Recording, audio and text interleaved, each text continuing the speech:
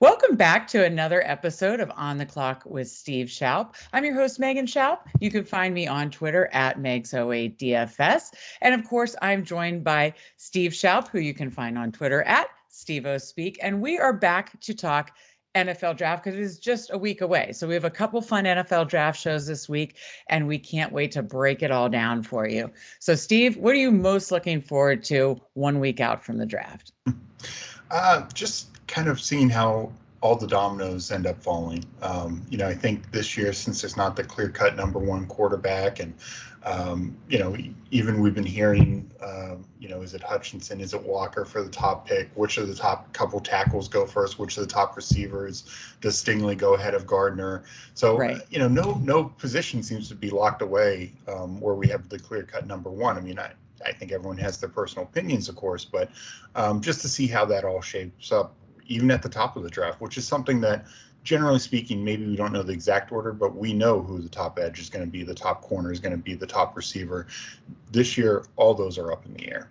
Right. We've talked about that multiple times on this show, that there's a lot more variability in this year's draft class. And I think it's going to be fun to watch it shake out. And from now until the draft, you can use On the Clock because we have about 16 big boards, almost basically half the big boards that there are going to be draft weekend. And that will really show a lot of variability and different scenarios of how the draft can play out. So use On the Clock mock draft simulator to simulate the 2022 NFL draft and get some ideas of how this thing's going to play out.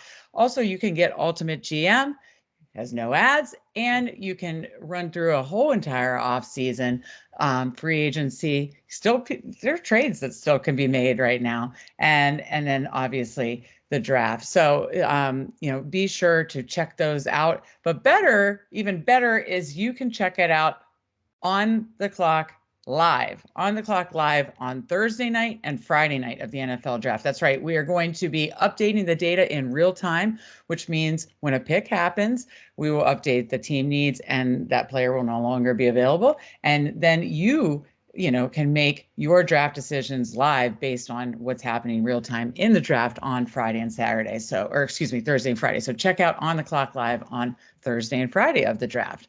All right, Steve. Now today we are going to talk about kind of the under the radar prospects. There's, every year it seems to be we see these guys get drafted in the third, fourth, fifth, or even later rounds, and they emerge as either solid NFL starters or stars in the NFL. I mean, obviously, I'm, partial to obviously talking about Washington, and Terry McLaurin was drafted in the third round, and he is an absolute stud that we need to resign. So let's talk position by position and talk about some of those under the radar prospects that people might want to keep their ears in tune for in the mid rounds and see where these guys go, because they could be emerging stars. So let's start with the quarterback position. What do you have as kind of your under the radar prospects there? So for quarterback, I looked at it a little differently because I don't think this guy's going to go in the mid rounds. Right. I don't think there's a Dak Prescott or Russell Wilson or Kirk Cousins in this class, a guy who goes in the third, fourth round and ends up becoming a pretty good starter, if not better. But the guy that I think has gone under the radar is ironically the guy who's at the top of the radar for everyone at the beginning of the year, and that's Sam Howell. Right. As coming off an incredible sophomore season last year, where Howell absolutely tore through the ACC. He was one or two on pretty much everyone's quarterback list heading into the year. Unfortunately, losing his top two running backs, his top two wide receivers, one or two offensive linemen really showed an impact on this North Carolina offense. His passing numbers went down, but what he did show was something that he hadn't showed before, and that's his rushing ability. He ran for over 800 yards.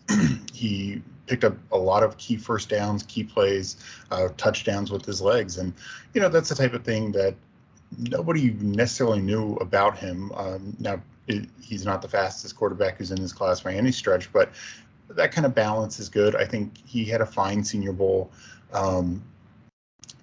week, showing off his pretty strong arm. Again, not the top of the class. He's not Malik Willis in terms of arm strength, but he's got a little of everything. He's on the smaller side. I do think he needs to learn a little bit more of an NFL style offense, but there's some talent and upside there. And this is a guy who might be the fifth quarterback taken. And, for a guy who came into the year as the 1 or 2, that's intriguing. And I think if you give him some time, give him some coaching, you might be able to unlock him.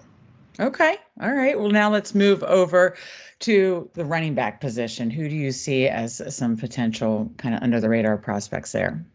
So, this running back class, I think, just hasn't gotten a lot of hype, given there's no clear teams who are drafting a running back in the first round. Maybe one happens, but it seems unlikely. And even early second, there's just not a lot of teams that have a major need at the top or even the number 2 spot on their depth charts. But there's some real talent here, which means some guys, I think there's going to be a lot of guys falling in the 4th, 5th, 6th rounds who have NFL caliber potential and maybe not starting year 1, though. Look at what we saw with Elijah Mitchell last year, 6th round pick, outplayed the 49ers much higher pick Sermon, and helped the 49ers get to the NFC Championship game. So one guy I really like, who mixed bag on all across what people are saying, is Rachaad White, Arizona State.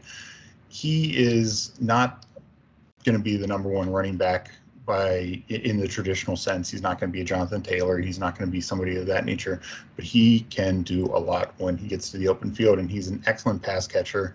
He can split out wide, just be a weapon for a team. Yes, you'd like him to be the full package like a Alvin Kamara or Christian McCaffrey, but we saw what like a Michael Carter did for the Jets down the stretch when he got a bit more involved as a rookie. We see what teams like Washington does with a J.D. McKissick or somebody of that nature. So those types of guys who are primarily just a pass catcher can offer a little bit on the ground. And White's interesting because he's actually bigger than those types of guys traditionally. And so maybe with a good running back coach, he can learn to be more of a traditional full-time back. But I just wouldn't expect that much early. But he can contribute right away as the team's pass catching back and be a real threat. Not going to be a shock to see him being one of those guys who is, catching 50, 60 balls a year, year in, year out. Okay. I think the wide receiver position is, super interesting this year because it seems like there's a lot, and we've talked about before on this show, of kind of those top 5 guys that probably are going to go in the first round. But then after that, I think there's some question marks. So at the wide receiver position, once you get past those first round guys, who do you think's really stand out that could be maybe a Terry McLaurin type in the 3rd round or later? Well, I think there's a lot of guys who are going to be in that 3rd, 4th round. I actually went with the guy as my true under the radar guy, who's probably going to be a little later, probably more 5th, 6th round, and that's Charleston Rambo from Miami. Okay. He has good size. I think he measured 6'1", 6'2" at the combine. Fat, just a blazer. And at Miami, he had to deal with multiple quarterbacks, multiple systems during his time there. Obviously, the COVID year. Didn't have the greatest experience at Miami, but you could see that he was a playmaker. And I think he needs to learn a little bit more with route running and things like that, but he can create his own separation, and that's just something that can't really be taught. Right. So I see him. He reminds me some of Darius Slayton from the New York Giants. I believe he's taken the 5th round that year. Maybe not as good. Gabe Davis taken late 4th round by the Bills a couple years ago. I don't think he's going to do much as a rookie, but 2-3 years from now, he could be a good, solid contributor. Maybe a number 2, number 3 type of receiver. So he's a guy I like because this is such a deep wide receiver class. Right. And he's definitely falling through the cracks. I mean, nobody's really talking him in the top 100, even top 150, really. Right. And but I think he's got the upside to be that 2-3 years down the line. Well, and you make a great point about like a guy like Gabe Davis. No, they may not be a big contributor year 1, even year 2, but my goodness, year 3 and beyond, they could really emerge. I mean, we saw what Davis did in the playoffs last year. So let's move on to the tight end position. Similar to wide receiver, we see some mid-round tight ends break out now and then. Who do you like as an under the radar tight end prospect? This is a guy I've talked about before. I talked about him during the Senior Bowl, and that's Jeremy Ruckert, Ohio State. There are some people who do like him is maybe going in the third round or the fourth round. But then you see some boards list him, like the sixth, seventh, eighth tight end, and more like a fifth, sixth round guy. I really like him. I've made the comp before. I think he's Dalton Schultz. And I stand by that. I think he's athletic enough. He's not going to, be a Mike Gesicki, dominate you athletically, or Right. Pitts we saw a year ago. And he's good size, but not like great size like Pat Fryermuth a year ago. But I think he's going to move chains, catch touchdowns. That's what he did at Ohio State. At Ohio State, he just wasn't called upon a lot. But he made plays when he was called upon, and we saw it at the Senior Bowl. He tested fine at with his numbers and looks fine. Again, not the most explosive athlete, but I think he's a capable blocker. Not great, but he's going to be a good, solid tight end. Maybe never a true. If he gets in the right system and gets enough opportunities like a Dalton Schultz, maybe he makes a Pro Bowl or two. But he's just going to be that consistent second level tight end in the league who's going to have a long, solid career. And on a great team that has an elite tight end, he's your number 2 tight end. But on an above average good team, he can be a starting tight end. Okay. Well, let's move over to the offensive line. Every year it does feel like we see some guys in the mid rounds that can be really effective starters along the offensive line. Who are guys you like on the offensive line? So 2 that stand out to me.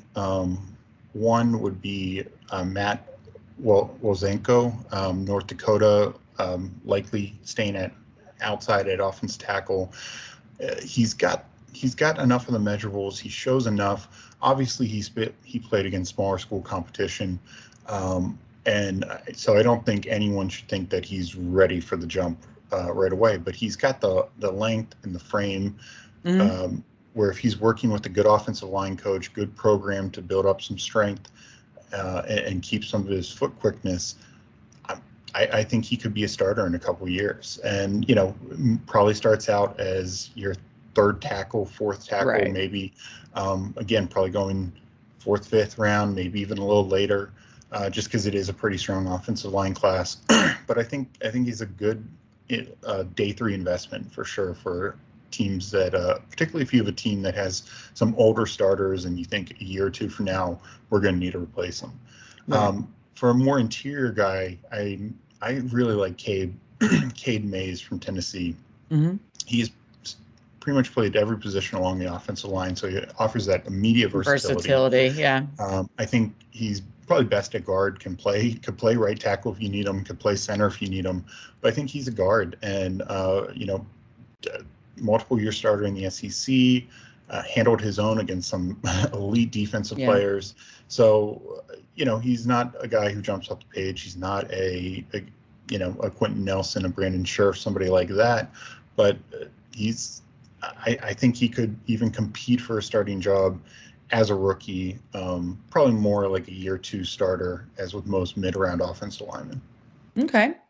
Well, now let's move over to the other side of the ball and talk defense. So, you talked about some offensive linemen that could emerge in maybe a year or 2. How about along the defensive line? So with edge, I went with Myjai Sanders, and Sanders is definitely not unknown. He played at Cincinnati, obviously, went to the college football playoffs, big time player, Senior Bowl, all that.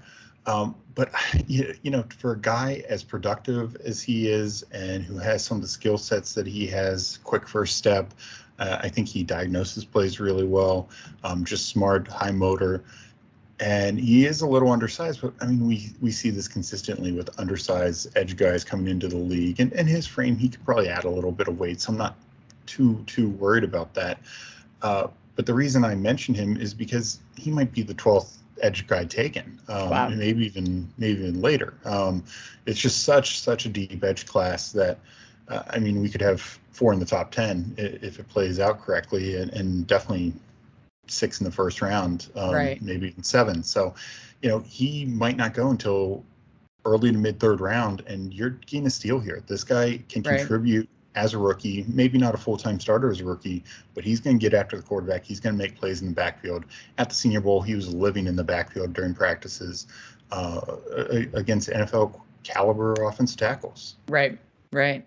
What about any other, kind of the maulers in the middle of the defensive line? So interior, I think there's a lot of interesting guys. There's definitely some interesting nose tackle type prospects who could go late or in the mid rounds. But one guy who intrigues me is Kalea Davis from UCF.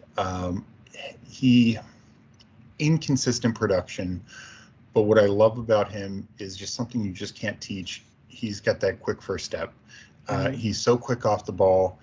Didn't always turn that into a sack, didn't always turn that into a pressure, but that's the type of stuff you can't teach. And if you start teaching him technique, leverage, things like that, he will utilize that skill and turn that into a great strength. And guys who do that, Aaron Donald is the supreme example of that in the NFL. Is you can have a plan to put two blockers on him, but if he's getting off the ball before either of those blockers get out of their stance, he's already in the backfield. And now a guy like Aaron Donald has that strength, knows how to win. I mean, Aaron Donald might be the smartest guy on the field on most plays.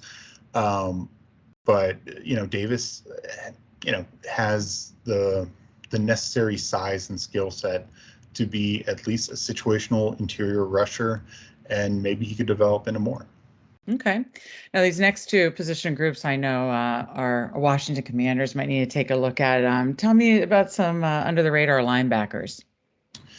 One guy, linebacker that I really like, Sterling Weatherford from Miami of Ohio. He played a little safety in college, probably moving more to a linebacker. Nickel linebacker is his primary thing. Going to be a stud special teamer as well. So he's a guy, he's like 6'4", 225, 230. So he's not your traditional middle linebacker, going to plug the hole, take on Jonathan Taylor. But what he can do is run down Jonathan Taylor from the other side. Hopefully, that's not easy to do, as we know. But he can run with tight ends. He can run with backs out of the backfield. So he can give you that skill set. I think he needs to learn a lot of nuance on picking up, blocking and how to avoid blocks and things of that nature. But again, just late rounds, you should be looking for skill sets. A guy who can develop into more a couple years down the road. A guy who's going to contribute immediately on special teams. He's going to make an NFL roster, I think, and even though he might not go to like the 6th round. Well, you made a great point about the positions we're now talking about, linebackers and then soon secondary. I mean, these guys, they're drafted late, kind of have to make their money on special teams kind of at first sometimes, and then work their way into a more starting role or rotational role, right? Yeah, absolutely. And that's just going back to somebody like Charleston Rambo. I mean, he could be your return man and or a gunner on punt coverage teams. And so as a rookie, he's probably not seeing much of the field, barring you having a lot of injuries. But special teams wise, he's probably playing on every special teams unit. And same with somebody like Weatherford. Like, I don't expect him to be starting on defense or even in a nickel package, even though it's probably his long-term role. But he'll probably be, on every single special teams unit. Right. Okay. Well, now let's move to the secondary. And I do think that Washington, I'm interested to hear this because I think I personally would like Washington to take a wide receiver early and maybe interested in like some secondary players later. So who are some under the radar secondary guys to watch out for? So one corner that I really like, I think he's going to be maybe in the 4th round. So definitely a day 3, but probably more like 5th round, maybe even 6th round. Jalen Watson, Washington State. He transferred into Washington State from a smaller school 2 years ago during COVID, and he only has 15, 16 games at Washington State, given the shortened COVID year and all that. But he's a long corner, 6'2", 6'3", runs well. I don't think he is advanced enough in terms of understanding different types of receivers and how to jam up routes. I think he's right now early on. He's a guy who can get physical with big receivers. Smaller, quicker receivers are going to give him problems. Even though I think he's got good enough long speed, he doesn't transition well enough. Doesn't necessarily read the ball well enough. But again, those are things that can more be learned. His length and just natural speed he's got. And look, there's a lot of big receivers in the league, so right. That's a thing that teams want. Teams want some long corners who can match up with them as needed. And again, another guy who will be a major contributor in special teams. So he's a guy I really like at corner. At safety, one of my favorite day 3 guys is Dane Belton from Iowa. Again, maybe late 4th round, early 5th round. Could probably play a little nickel corner if you need, a little free safety, a little strong safety. Can just kind of do it all. He's like a jack of all trades, master of none type of thing. And so he gives you versatility when you draft him. Again, core special teamer. His issue is he doesn't have necessarily the elite speed, the elite traits. But what he has is he's a ball hawk. He's always around the ball. Mm-hmm. He knows where the ball's going. He can read quarterbacks pretty well. I think he's pretty good in coverage. So, he may never develop into a front end, top of the line starting defensive back, but maybe like a nickel safety, nickel corner type hybrid role where he ends up playing. Again, not necessarily year 1, but year 2, 3, you start counting on him for 50%, 60% of your defensive snaps, just because you can move them all over with matchups and things of that nature, and of course can back up multiple positions, which is a big value as well. Okay.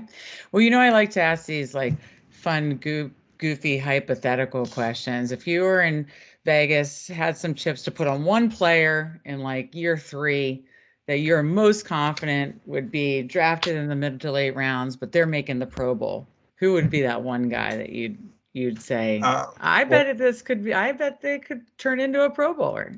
Well, from this group, I think it's definitely Myjah Sanders. I mean, he probably is going to get drafted in the 3rd round, so that's a bit of a advantage there. The next guy that I would say, I really like Cade Mays, the guard from Tennessee. Okay. I think he's going to make it. He is going to become a starter. Yeah. If he becomes a Pro Bowl caliber starter or not, I think that's the question.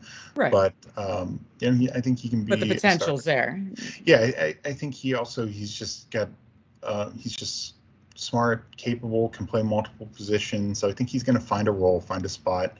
Again, I think it'll be inside a guard, but some team might see him as a right tackle. Right. When he's been going up against that SEC talent on the defensive side. So, I mean, he's groomed for the NFL. I think that's a big help, obviously, and just multi-year starter, capable guy. Again, nobody looks at him and sees the next Quentin Nelson, but there's a lot of Pro Bowl guards that were these mid-round type picks, Right. And, I think that could be him for sure. Okay. Well, this was fun, Steve. It's always fun to kind of hear these names so that we can just kind of watch draft weekend, see where they go. And, hey, if it's your team, you might want to keep an extra eye on these guys to see if they do emerge. Next week, we are going to have a final show before the draft, breaking down Steve's final mock draft. But of course, remember to check out On the Clock all week to prep for the NFL draft, simulate it. Again, tons of variability, tons of big boards to play with. And if you want to upgrade to Ultimate GM, you can do that and run the whole off-season simulation ads free. Again, do not forget Thursday and Friday, we will be On the Clock live. You can draft live with the draft.